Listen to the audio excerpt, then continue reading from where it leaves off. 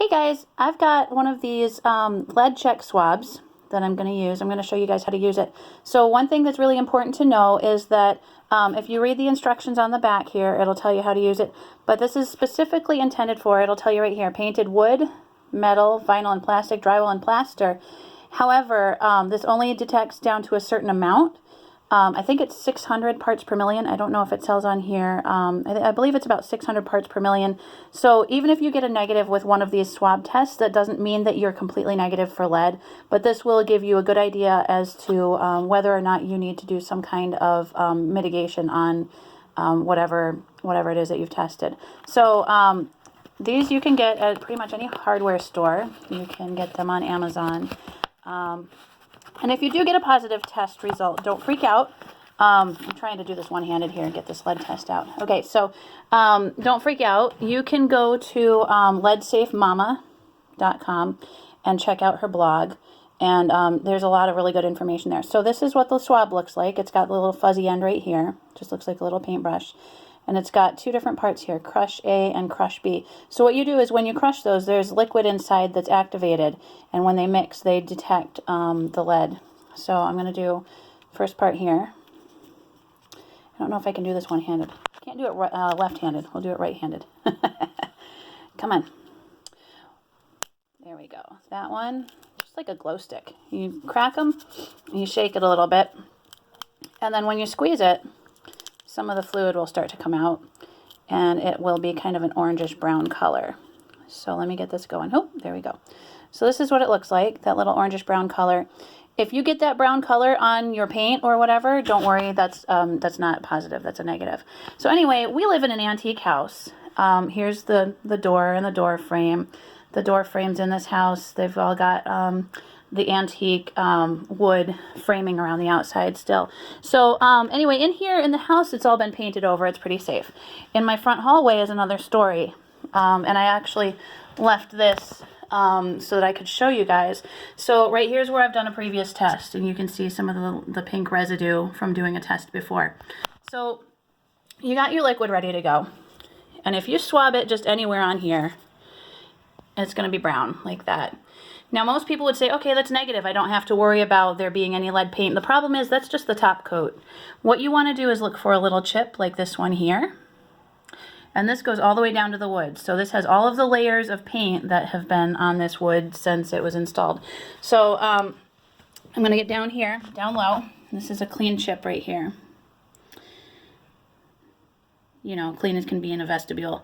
Anyway, so this is one that I have not tested yet. So, like I said, you swab it on the top layer of paint, you're not going to get a positive result. If I take this here and I swab it right on there, you'll see it turns bright pink.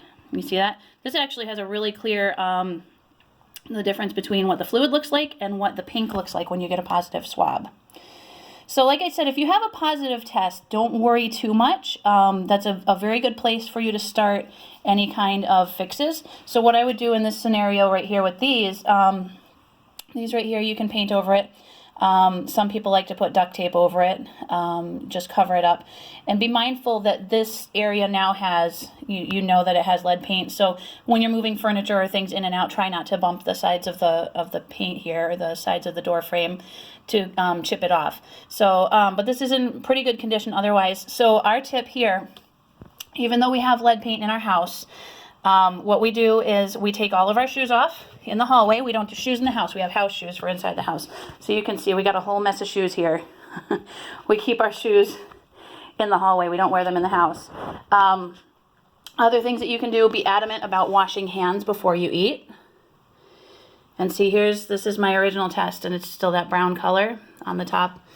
And that's completely negative on the top there. So, but it will turn this bright pink. Be adamant with your kids about washing hands every time they eat. If they drop food on the floor, don't let them eat food off of the floor. Both of my kids, they're 3 and 6, so they're not really that age where they're crawling around on the floor and putting things in their mouth that shouldn't be in their mouth. Although my 6-year-old kind of has oral stimulation stuff that goes on, so she likes to chew on her pens and things. But, you know, just make sure that they wash their hands before eating anything. And so, yeah, that's... testing in a nutshell. I'm going to show you guys one more time. That's what a positive looks like. If you get a positive, you will know it. It's, you know how when you take a pregnancy test and you're kind of looking at it, you're like, is it positive? Is it negative? No, you're going to know for sure if it's positive, if you get a positive here. And like I said, if you get a negative, it doesn't necessarily mean that it's completely negative, but it does mean that it tests below a certain part per million. So that's probably not where you need to look at mitigating the hazards right there. So there you go. That's what a positive lead test looks like. And again, if you do get a positive test on any paint around your house, on the windowsill, on the door frame, don't freak out. Go to leadsafemama.com. Check out some of the blog posts there. She's got some really good information on how to cover this up, how to take care of this, and what the next steps are to take. Okay? And obviously, if you get a positive test like this and you haven't done so already, have your kids tested at the doctor. Have them do a blood draw, not just the finger prick, because you can get false results with that, false positive, or, what do you call it? Inflated numbers. If there's any kind of dirt or debris on their fingers, it can give you an artificial reading. So the venous draw is the best way to go, and then just go from there. So this is the key to identifying the highest risks in your household. Just use one of these swabs. You can also take these, and then you saw how when I squeezed it at first, some of the fluid dripped out. You can drip that onto a couple of Q-tips and use the Q-tips to swab around, and that'll make one test go a little bit further because they're not cheap. They're a little bit pricey, but you can usually get about maybe 4 or 5 tests out of a single tube if you use the Q-tips. So I hope this was helpful for you guys. If you have any questions, feel free to leave me a comment.